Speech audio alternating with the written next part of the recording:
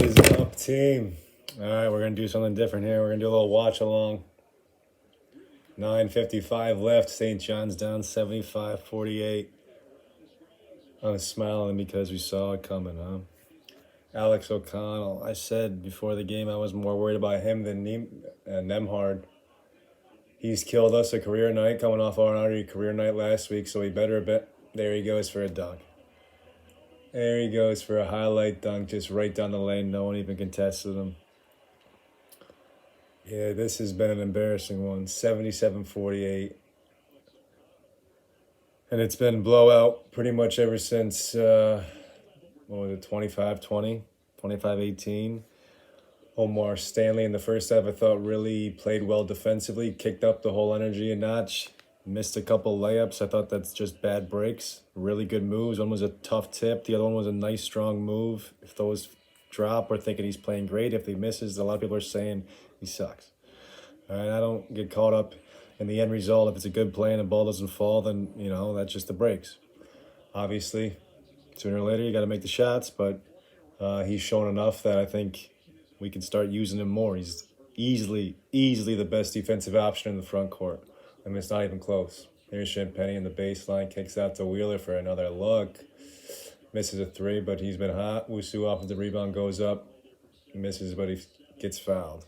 Talk about a guy that doesn't get much respect in the paint from the refs, Wusu. But, I'm one of Wusu's biggest fan, but he's been bad on the defensive end tonight. Bad. Pick and roll situations, both as the primary and as the help, he's been bad. I mean, he plays a lot and he's asked to do a lot, but he can't be taking breaks on the defensive end, not with this team. He passes unbelievably well. He had a great first half, 8 points, 5 assists, 3 rebounds. I'm not sure what he's done so far in the second half, stats-wise.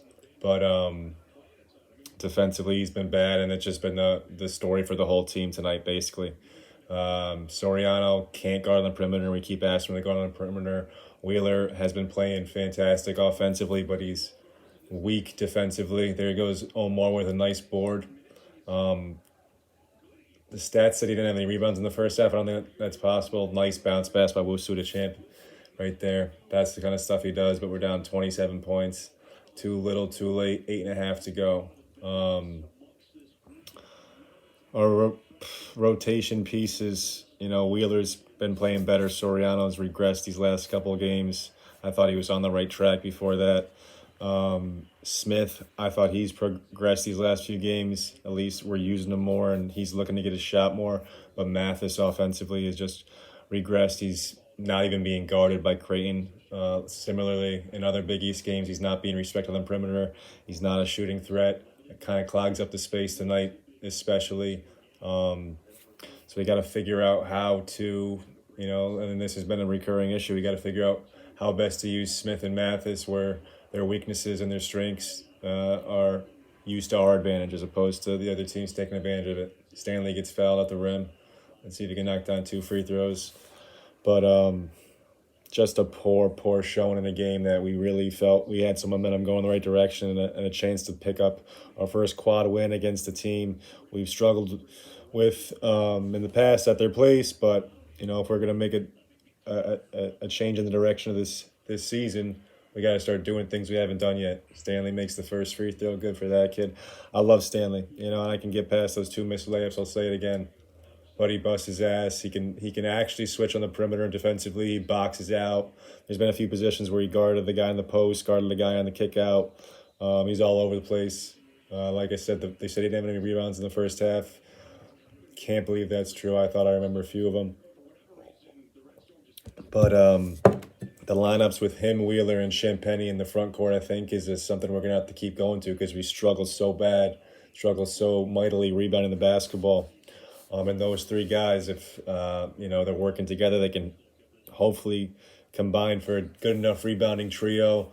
Champ and Wheeler can provide enough perimeter offense, and Stanley, as he gets more comfortable, I think will be a threat. Crashing the glass, finishing around the rim.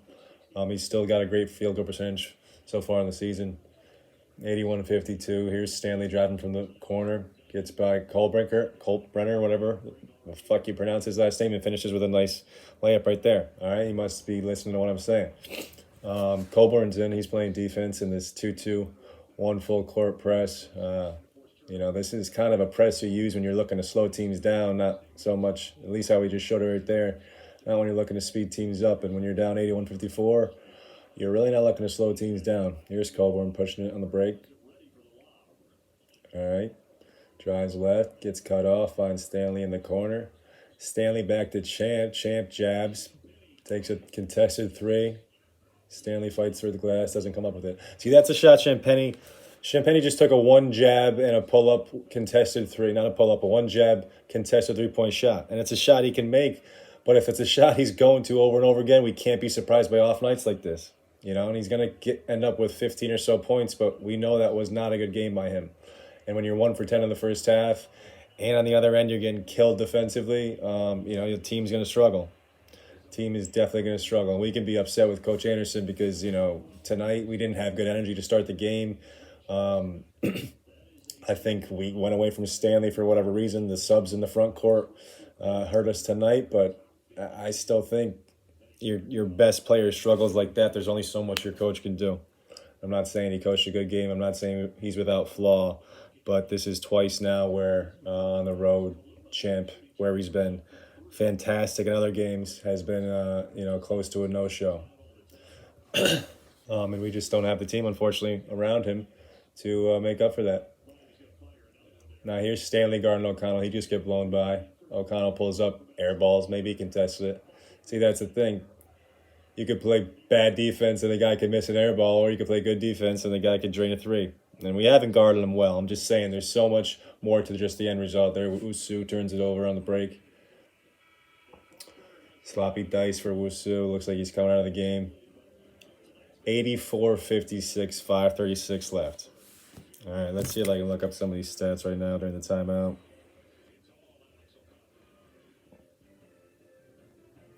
All Alex O'Connell. Yeah, that's true, unfortunately.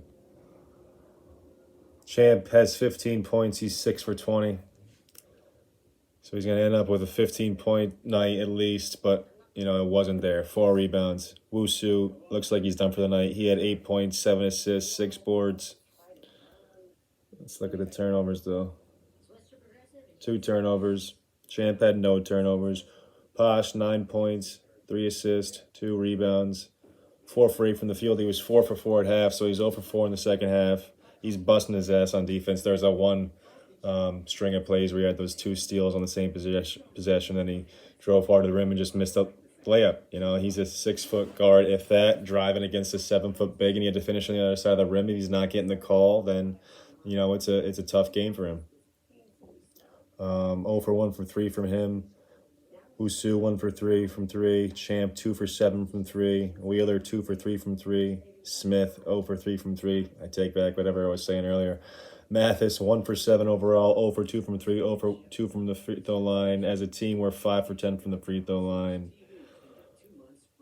So, a step back in a lot of the areas that we played so well, against a bad Georgetown team. We're not rebounding as well. We're not turning them over as much. How many steals do we have? We have 10 steals, and Creighton has 16 turnovers, so that's a pretty good number, but they got 84 points with 5.5 minutes left to play. We can't really have too many positives about our defense. They're on pace to score well over 100. So that's really where it starts and where it ends.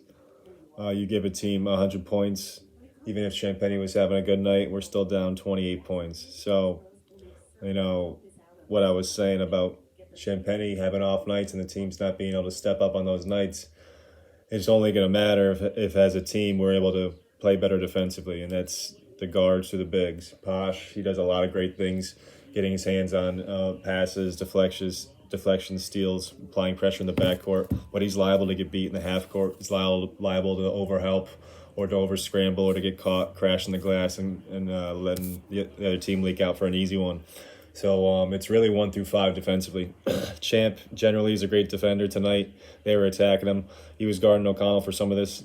O'Connell was getting it. He was guarding Hawkins for some of this. Hawkins was getting it.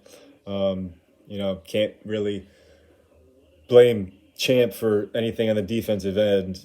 For such a great offensive player, he's a more than a good defensive player. He's a really, really, really good defensive player, and he usually is a big asset on that end tonight. But him, like everyone else, just wasn't there. So Coach Anderson has to answer for that stuff defensively. You know, he hangs his hat on the team's defense, and this is becoming an issue.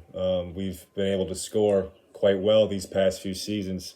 Defensively, we've struggled, and it's the same issues: giving up open threes and allowing rebounds. So we just missed Wheeler have a nice dunk on the break off of Wusu stealing a pass. So Wusu back in the game after I thought he was done for the night. Coburn's in, Wheeler's in, Wusu, NY, and Champ. 84-58, 5 minutes left.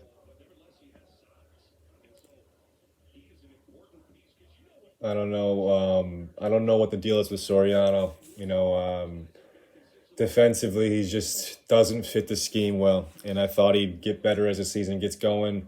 I think even when the team in general has been better defensively, he hasn't been. A nice pass by Wheeler to Champ on a back cut. But Soriano, if he's a weak anchor defensively and the team just doesn't look to feature him on offense, he's not bringing much. He's not.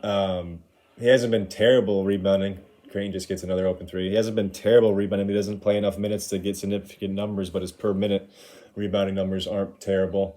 It's just we don't focus. We don't make him a focus on offense, and he gets sought out on the defensive end. But it's tough because the other guys aren't really offensive threats inside the paint. Stanley, like I've been saying, has been good defensively, but we're not really going to feed him in the paint. And if he's not finishing on those drives or on tip-ins, then we're not getting those points from the five. NY, same thing offensively, not really much inside. Wheeler has been much better, but that's pretty much perimeter-wise. He had a couple nice dunks today, but those aren't post-ups. Those are baskets he's getting off dump-offs or in transition.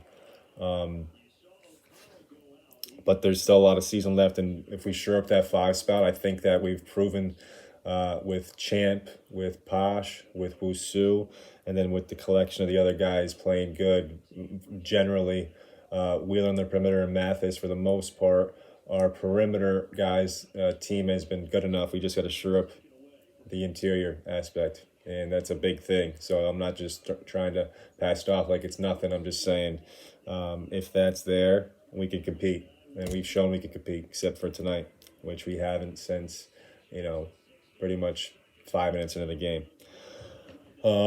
But it's 87-62, 3 minutes left. Hopefully, as the season gets going further on and we get a couple more wins and this popularity of this podcast goes through the freaking roof, we'll be able to do this during the game. I'd like to have guys talk about the game live, and we can talk about stuff like, lack of timeouts or substitution patterns or guys struggling on the ends and what they want to see. But until then, thanks for tuning in.